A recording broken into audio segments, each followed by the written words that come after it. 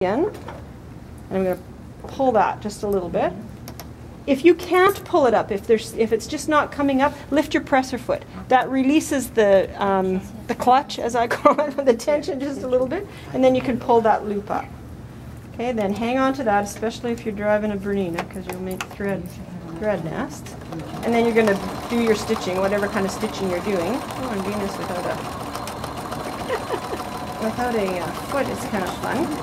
Okay, so then I'm going to. Is the foot down? So the foot is down, but I don't have a foot on, right? So I just wanted you to see what I was doing. So when I started stitching, I pulled my threads up from the underside. I've got both tails in my hand. Then I'm going to stitch in place, and that locks the stitch, right? That so you sort of tacking it. I don't. How do I do that?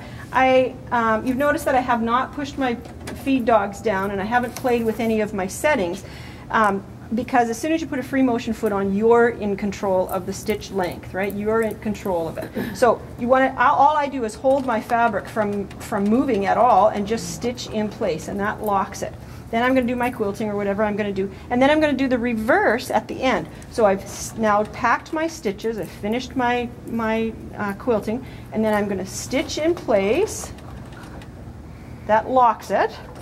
And now I've got a king size quilt and black background, black backing and black thread, and now I got to dive under there and find those threads? I don't think so.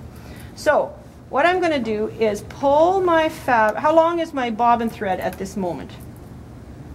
Sure. About long, right? So there's nothing to pull up. So I need to get some bobbin thread. So now I've got about 6 inches of bobbin thread. I hang on to my top thread, go back down exactly where I ended, or close to where I ended, and now I can pull my bobbin thread up to the top, pull it until it's tight. You're actually got 3 pieces of thread there because your bobbin is right now a loop. It's attached to the end of this line of stitching, and the other end is attached to the end of your bobbin. So don't unwind your bobbin looking for the end of it.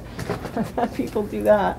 You are actually cutting 3 pieces of thread, but one of them will be attached to the top bobbin, top spool, and the other one is actually a loop. That's the bobbin thread, right? And so now I have no trimming to do on the back side. It's already done.